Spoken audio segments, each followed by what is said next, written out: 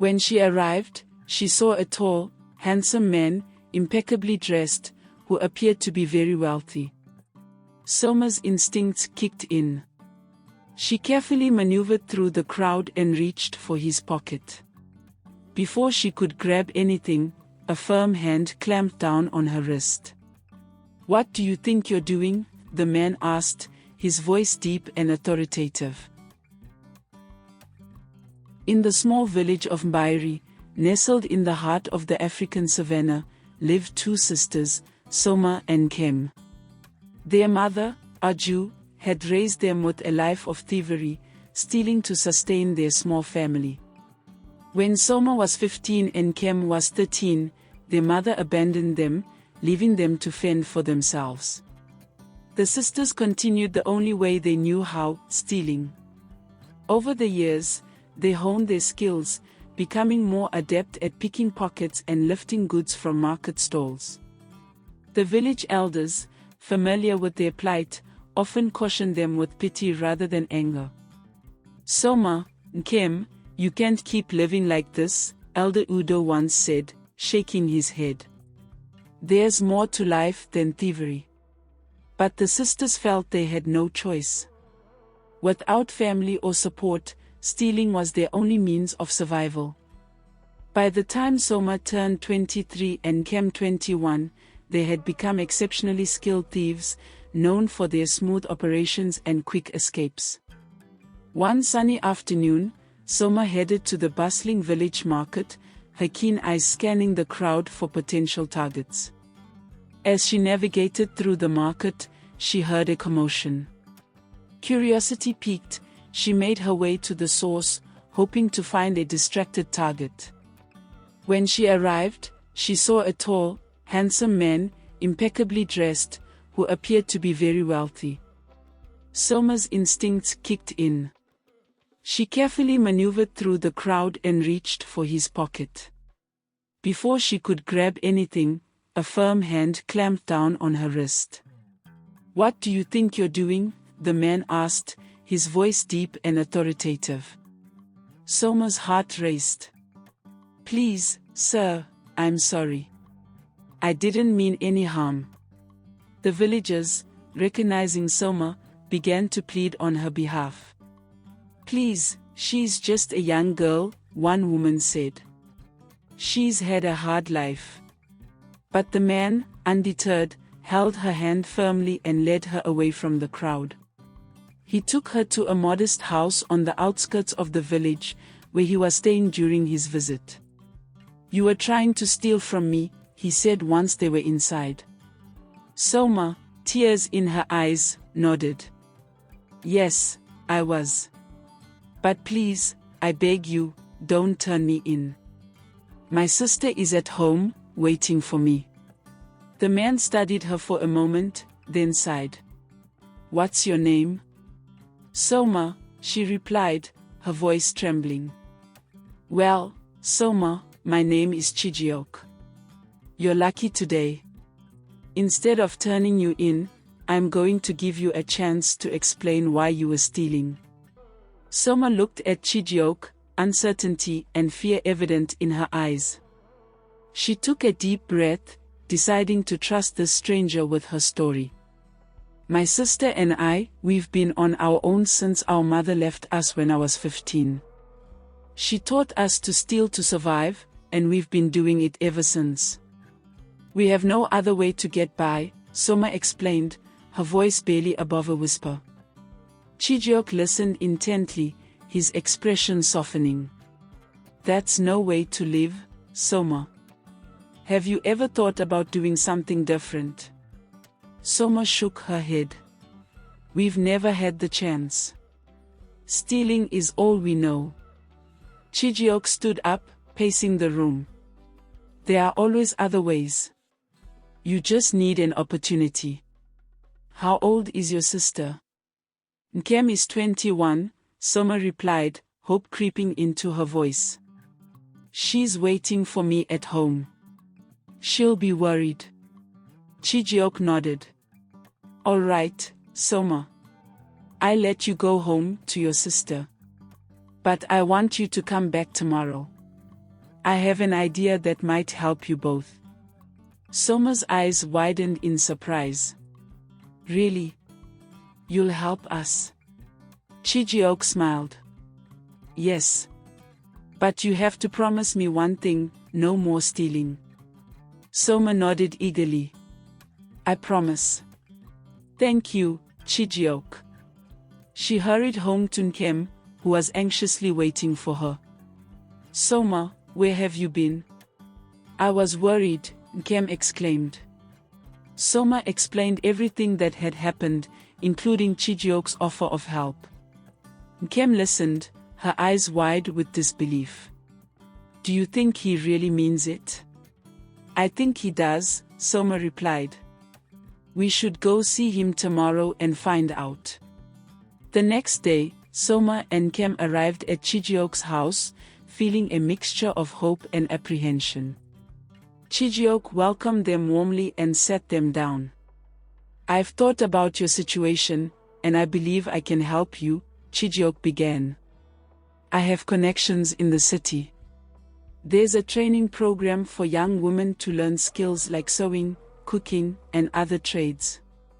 It would give you both a chance to build a better future. Soma and Nkem exchanged excited glances. That sounds amazing, Nkem said. But how will we afford it? I'll cover the costs, Chioke replied. Consider it an investment in your future. Tears filled Soma's eyes. Thank you, Chioke. We don't know how to repay you. Just promise me you'll work hard and make the most of this opportunity, Chioke said. The sisters eagerly agreed, and within a week, they were on their way to the city with Chioke.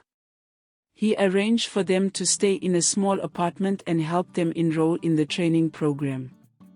As the weeks passed, Soma and Nkem flourished. They discovered talents they never knew they had and began to envision a future beyond thievery. Chioke visited them regularly, offering encouragement and support. One evening, after a particularly successful day at the training center, Soma and Chioke sat together, enjoying a quiet dinner.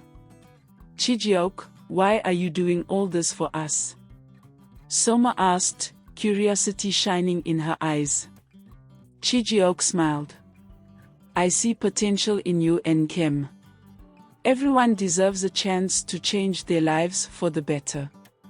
And, if I'm being honest, I've grown quite fond of you. Soma's heart skipped a beat. She had developed feelings for Chioke as well, but she hadn't dared to hope he felt the same. I've grown fond of you too, Soma admitted, her cheeks flushing. Their bond grew stronger, and soon, Chioke and Soma were inseparable. Nkem watched their relationship blossom with joy, feeling grateful for the new life they were building. While Soma and Nkem's lives were improving, not everyone in the city was happy with their success. A fellow trainee named Ada, who had struggled to excel in the program, grew envious of the sisters. She couldn't understand how two former thieves could outshine her. One day, Ada decided to confront Soma. You think you're better than us just because Chioke helped you, Ada spat, her eyes blazing with anger. Soma was taken aback. Ada, we don't think that at all. We are just grateful for the opportunity. Grateful? You don't deserve it, Ada sneered. You and your sister are nothing but common thieves. Soma's heart sank. She had worked so hard to leave her past behind, but it seemed that some people would never let her forget it. Determined to prove herself, Soma continued to excel in the training program. However, Ada's jealousy only intensified. She began to spread rumors about Soma and Nkem, telling the other trainees that they were still stealing and deceiving everyone. The rumors reached Chioke, who was deeply concerned. He called Soma and Nkem to his office to discuss the situation. Soma, Nkem, I've heard some troubling things, Chioke began. Ada is saying that you're still involved in theft. Is there any truth to this? Soma's eyes filled with tears. No, Chioke. We haven't stolen anything since we arrived in the city. We promised you, and we've kept that promise. Chioke looked into Soma's eyes and saw the sincerity in her words. I believe you. But we need to address these rumors. If they continue, it could jeopardize your future. Nkem spoke up, her voice firm. We'll confront Ada and clear our names. We won't let her ruin what we've worked so hard for. The next day, Soma and Nkem approached Ada in front of the other trainees. Ada, why are you spreading lies about us? Nkem demanded. Ada crossed her arms defiantly. Because it's the truth. You two don't belong here. Soma took a deep breath. We've made mistakes in the past, but we've changed. We deserve this chance just as much as anyone else. The other trainees watched in silence, their opinions swayed by the sisters' determination. Finally, one of them spoke up. I believe Soma and Nkem. They've worked hard and earned their place here. Ada's face turned red with anger, but she couldn't deny the support Soma and Nkem had garnered. She stormed off, leaving the sisters to bask in their small victory. With the rumors behind them, Soma and Nkem focused on their training. They excelled in their respective fields, and soon, they were ready to graduate from the program. Chioke couldn't have been prouder.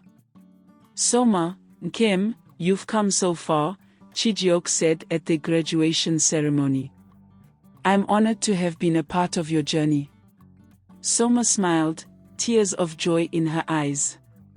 We couldn't have done it without you, Chioke. You've changed our lives. Nkem nodded in agreement. Thank you for believing in us when no one else did.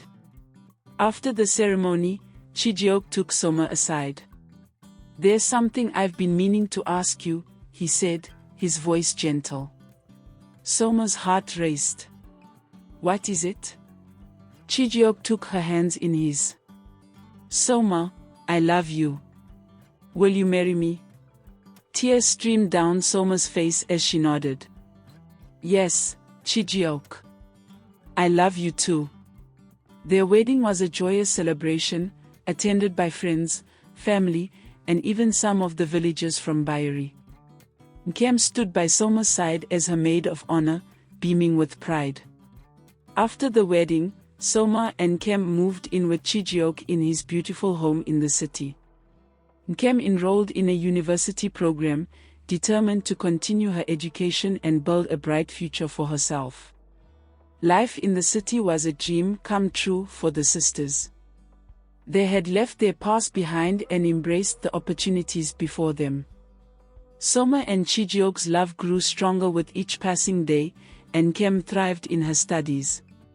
Years later, Soma and Nkem decided to visit Bairi, their childhood village. They wanted to see how the village had changed and share their success with the villagers who had shown them kindness. As they walked through the familiar streets, they were greeted with smiles and warm embraces. The villagers marveled at how far the sisters had come and celebrated their achievements. Elder Udo approached them, his eyes twinkling with pride.